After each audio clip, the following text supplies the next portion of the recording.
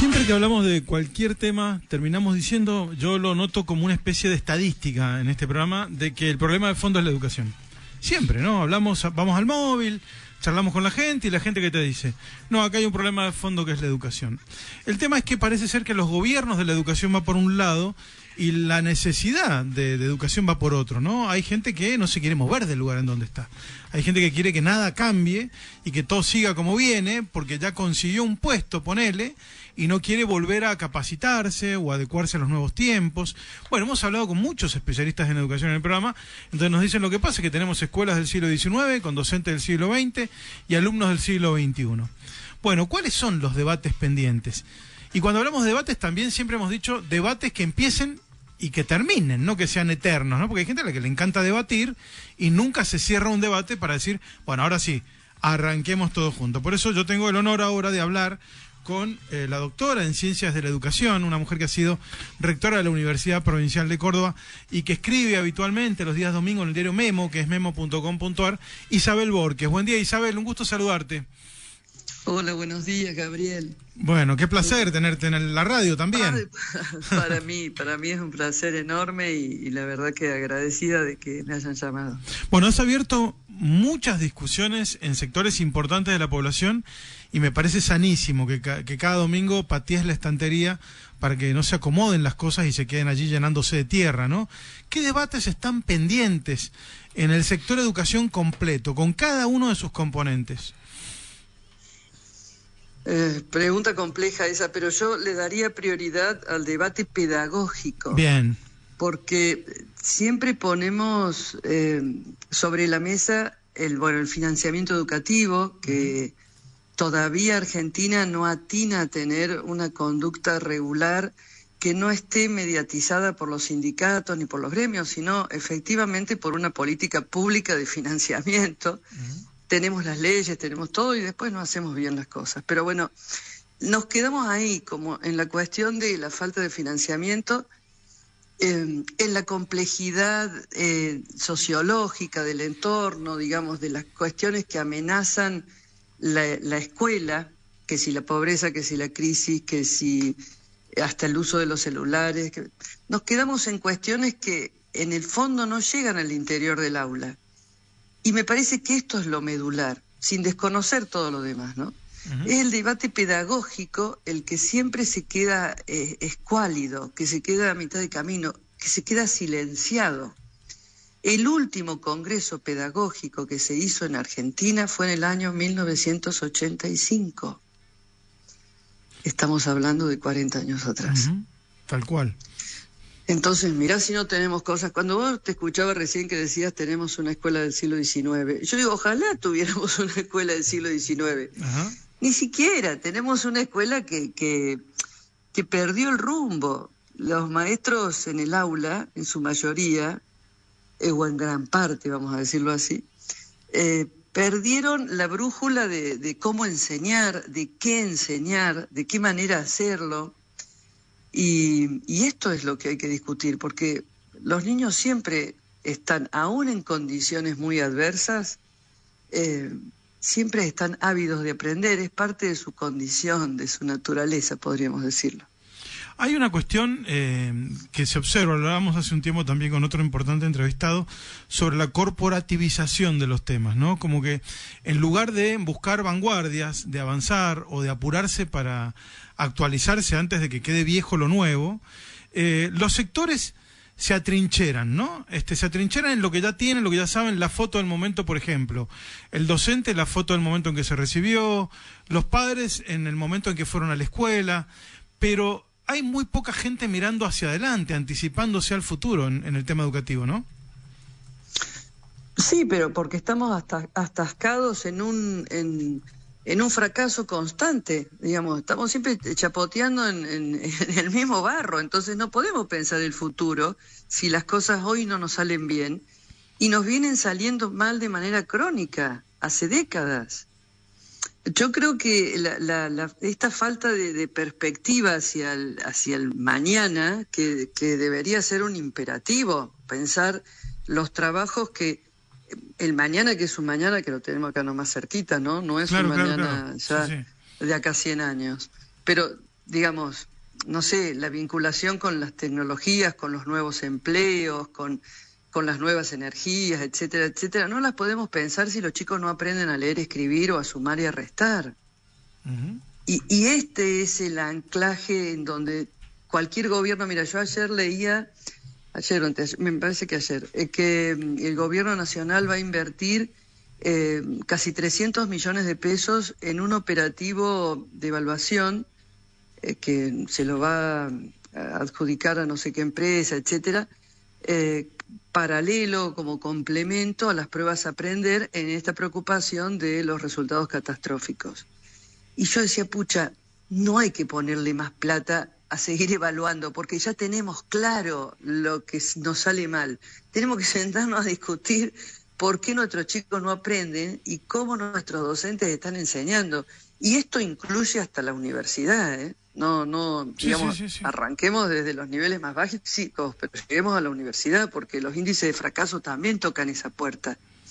Discusión que las propias universidades se vuelven herméticas, se blindan y se niegan a dar abiertamente a la sociedad.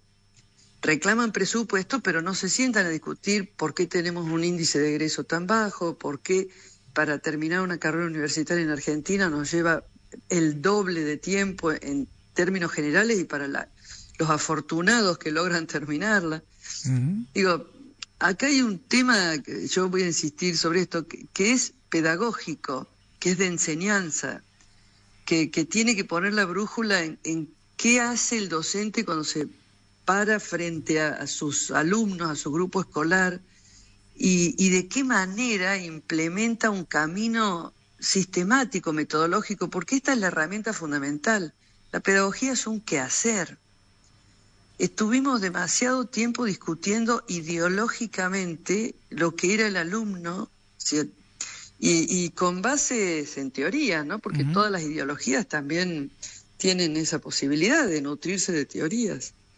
Y bueno, que si el niño tenía derecho a recorrer su propio proceso, lo cual es así, es importante darle al otro esta posibilidad de que si un niño pequeño, por ejemplo, yo hablo de la lectoescritura por lo general porque es algo que todos han tenido, un hijo en la escuela, un nieto en la escuela, bueno,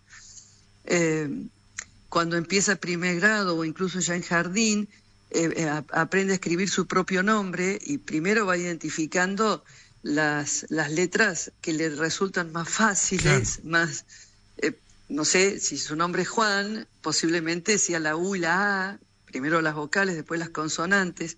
Bueno, estos procesos que en los niños son espontáneos, que se estudiaron, que se siguieron, está muy bueno que el docente pueda conocerlos, comprenderlos, pero eso no lo tiene que limitar a él, al docente, a tener un método para enseñarle a leer y escribir, porque si nos quedamos solamente en ver cómo el chico se da cuenta solito de cómo son las letras de su propio nombre, y de ahí no arrancamos más para adelante, porque en realidad el niño se queda solo con lo que él puede descubrir y no tiene quien de afuera, digamos, el docente, su entorno, le vaya brindando otros desafíos, otras propuestas, pero de una manera prolijita, constante, de todos los días, que también le dé seguridad a ese niño para ir descubriendo el resto de las letras, para ir armando diferentes palabras.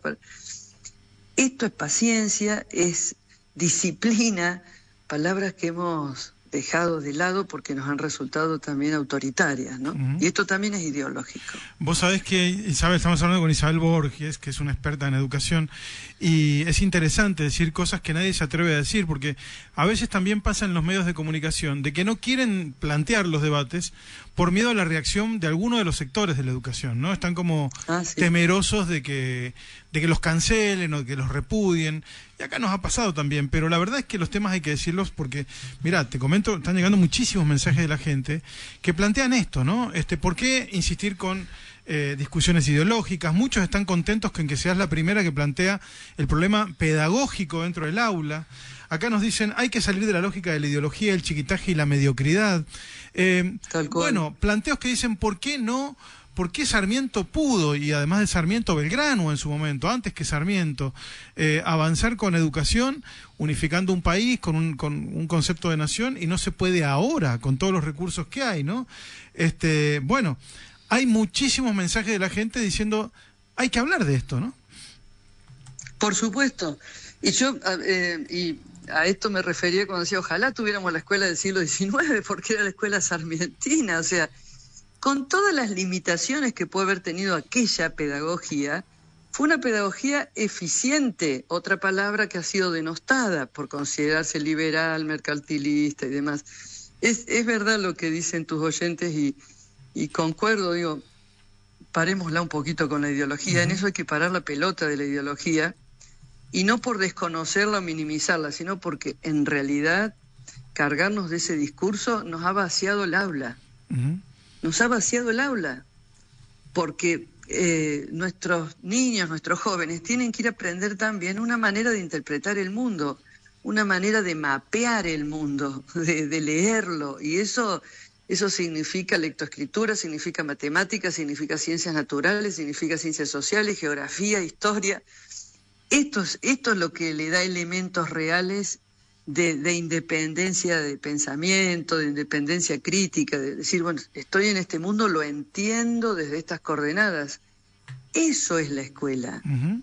Eso es lo maravilloso de la escuela. Le quiero preguntar algo. Te sumo acá el profesor Acaro. Sí. ¿Qué tal, sí, Isabel? Muy buen día para usted. Hola, un gusto. Igual. Ya que hablaba de las aulas vacías y algunas cosas así, algunas costumbres que quedaron después de la pandemia, y también que tiene que ver con esta influencia de las redes sociales en los chicos, ¿no? Algunos que, como veo a mi sobrina, que eligió una carrera en donde está estudiando de forma online, ¿no? Y a veces uno la ve muy sola en su computadora, largas horas, obviamente muy concentrada. Después puede elegir si quiere rendir de esa manera o presencial, pero elige su tiempo o el momento indicado para estudiar. Yo cuando era alumno me juntaba a estudiar con 3 o 4, no sé si era bueno o malo, si tomábamos más veíamos la Pantera Rosa y después estudiábamos, pero digo, las nuevas formas y las nuevas formas de estudiar, y no sé si esto es bueno o es malo, o se adapta según al alumno y a la personalidad de cada alumno, ¿no? Y decir si es bueno o es malo habría que ver. Primero, para mí, yo voy a decir algo sin eufemismos. Sí. Las universidades en esto están siendo bastante chantas con algunas cuestiones de carreras online, cuando ya tendrían que volver a la presencialidad. No hay excusa por ahí para volver a la presencialidad. Pero no sé si lo hacen como de estrategia, siguiendo lo que tiene que ver con las pandemias o todo eso, sino porque ya se lanzan a hacerlo porque creen que es conveniente también algunas. Hay un facilismo en eso, hay un facilismo, hay un negocio también, ¿eh? O sea, las universidades privadas, bueno, han logrado expandirse muchísimo también en base a la virtualidad. Yo creo que hay que pensar también las cuestiones en contexto. No es lo mismo una carrera que vos estás pudiendo, universitaria me refiero, que estás pudiendo cursar con una distancia de 500 kilómetros, qué sé yo, una cosa así, y vos decís, bueno, no hay forma de que yo me llegue a ese lugar donde se está dictando esa carrera, la hago a distancia, y la verdad que logro acceder a esa propuesta educativa. De todas maneras, esa universidad podría generar situaciones de discusiones en común, bueno, hoy en día podemos hacer un montón de cosas también en grupo, digamos, o con otros, a la distancia. Claro, es verdad. Porque la socialización es fundamental, porque el pensar con el otro, el discutir con el otro, el aprender con el otro, es algo que además tiene que ver con la construcción de la propia identidad humana, ¿no? Es algo tan profundo como eso. O sea, la soledad en ese sentido no es lo más aconsejable en el momento. Hay momentos en donde, por supuesto, todos hasta necesitamos estar un rato tranquilos y solos para leer un texto, para lo que fuere. Pero el compartir con otros es indispensable, y las universidades aún a la distancia podrían generar esos encuentros.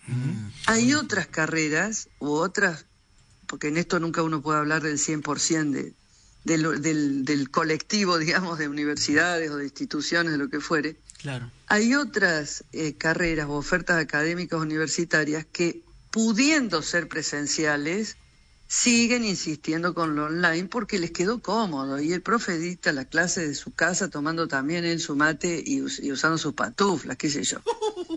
Claro. Y esto tampoco, y hay que decirlo, digo, a veces las universidades se esconden detrás de, y eso, ojo, yo tengo un gran aprecio por la educación superior, le he dedicado muchos años en mi vida también, pero bueno, hay cosas que las tenemos que sincerar y cambiar, porque si no, en el fondo nos vamos escondiendo detrás de un montón de excusas para que los primeros beneficiarios en realidad sean las propias corporaciones, en este caso universitarias, y no los estudiantes. Tal cual. Estamos hablando con Isabel Bor, que es doctora en educación, y te voy a hacer escuchar, Isabel, la voz de Jorge, que es un docente también, un especialista en educación de Mendoza, que tiene algún planteo para hacerte. Buenos días, gente. En el fondo de la argumentación de la especialista en educación subyace el mismo concepto de siempre. El problema está en el docente, que el docente no sabe qué enseñar, que no sabe cómo enseñar. Habla de la disciplina, pero también carga toda la responsabilidad sobre el docente. Nadie dice, hasta ahora que yo sepa, en qué medida el sistema limita al docente, tanto en qué enseñar, qué evaluar, cómo evaluar, y sobre todo en el mantenimiento de la disciplina dentro de las aulas. ¿Qué pensás, Isabel? No, yo concuerdo con él. Lamento que haya entendido que yo cargo las tintas en el docente. En realidad lo que yo cargo las tintas en el debate pedagógico, que es otra cuestión. Por supuesto que hay que sentarse a discutir, porque el sistema educativo, el docente no lo arma por motu propio. No dice, bueno, yo voy a enseñar de esta manera. Tiene bajo, digamos, la órbita de su tarea, o sobre la órbita de su tarea, mejor dicho, el peso de un mandato que es ministerial, que tiene que ver con una política pública educativa, que le dice, no, mira, ahora no hinches más con esto no insistas más con esto de que el niño, voy a volver al ejemplo de lectoescritura, que me parece claro, o de la suma y la resta, si quieren, de la matemática, no insistas más con enseñarlo de esta manera porque es mecanicista, es memorístico, es repetitivo, es autoritario, así no. Vos dejá que el niño escriba como él pueda. Y entonces el maestro, ¿qué tiene que hacer? Y tiene que hacer lo que también le dice el ministerio, a través de su inspectora, a través de su directora, y llega al aula por un caminito que no es propio, digamos, que no es un camino que ese mismo docente define, cuando también le dice, no, hay que incluir a todos, todos los niños tienen que ir, y vos, no importa si no aprende, vos déjalo pasar de grado lo mismo, porque lo importante es la inclusión educativa. Bueno, Esa ahí no es está una el decisión. punto, ¿no? Sí. Y esto va entre el corset, que muchos docentes que están escribiendo ahora dicen que tienen un corset, que no les permiten la libertad de avanzar por donde ellos creen que tienen que profundizar, ¿no? Que están muy atosigados y controlados. Ahora, Eva, entre el corset, la necesidad de una política pública de educación y un planteo que es como el que hizo Ecuador en algún momento, que lo hemos hablado, o el que hacen acá los autores de un libro que son liberales, como Rodolfo Cabañar o Daniel Pereira, que dicen que ¿por qué no compiten entre las escuelas? Y las dejan a las directoras que enseñen con su propio método, y después vemos el resultado de esa competencia y se premia o castiga según el resultado de cómo resultan educados sus alumnos, ¿no? Porque en definitiva todos concluyen en un diagnóstico que vos ya hiciste al principio de esta charla, que es, los pibes no saben leer y escribir y por lo tanto no comprenden la realidad que los rodea, ¿no? Y claro, pero en este sentido, por ejemplo, hace años y años que, bueno, es parte del argumento del artículo de ayer en el Memo, cuando empezamos a poner el acento en el proceso interior del niño, entonces el mandato de la política pública pasó a ser, hay que seguir los procesos. los contenidos escolares tienen que ceñirse o adecuarse a los procesos del niño y no al revés. Y es como invertir los polos de una situación, Claro.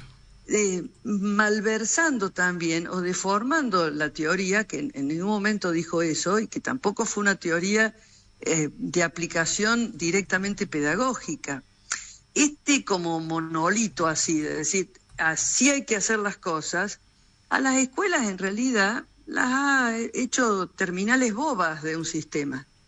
Y yo concuerdo con que cada institución tendría que tener la posibilidad y la responsabilidad de ponerse a ver, ¿cómo hacemos para que los chicos de primer grado aprendan a leer y escribir? Y a ver, pasaron a segundo, y vienen más o menos. Bueno, a ver, ¿qué probamos?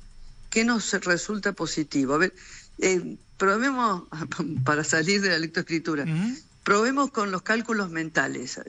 Vos sabés que si yo les digo 2 más 2, mira, y si...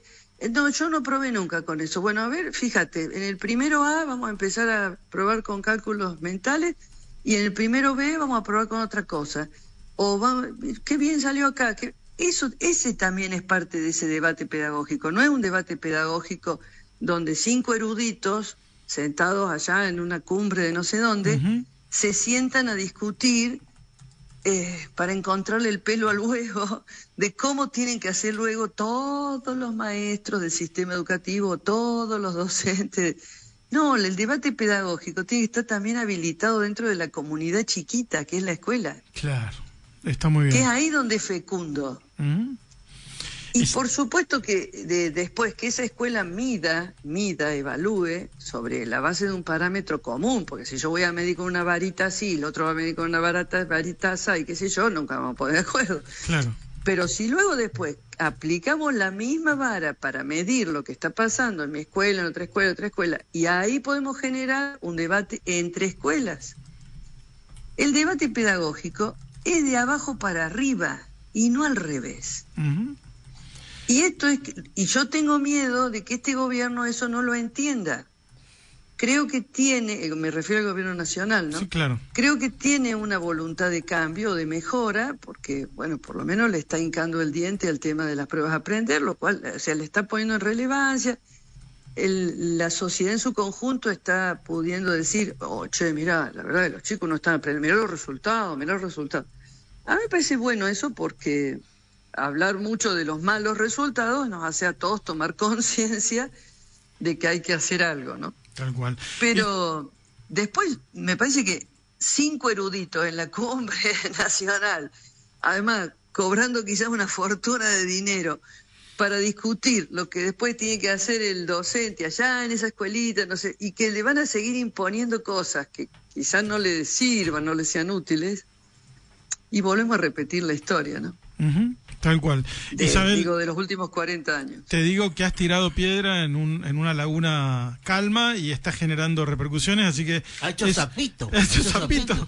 Eso ya es positivo, no solamente con tus columnas los domingos en Memo, sino ahora también, así que va a haber mucho comentario, están llegando comentarios de mucha gente y me parece sanísimo que haya una voz en la Argentina como la tuya que plantee las cosas a fondo y no en defensa de alguna de las corporaciones que componen el sistema educativo, ¿no?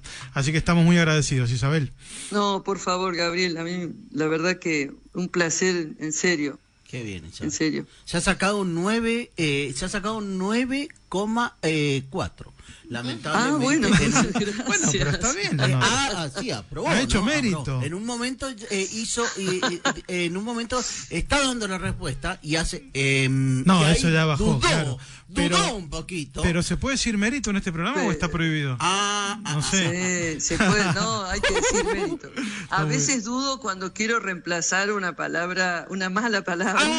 Ahí me baja no le baja. Centésima. Profesor, no le baja. Isabel, lamentablemente, pero aprobó.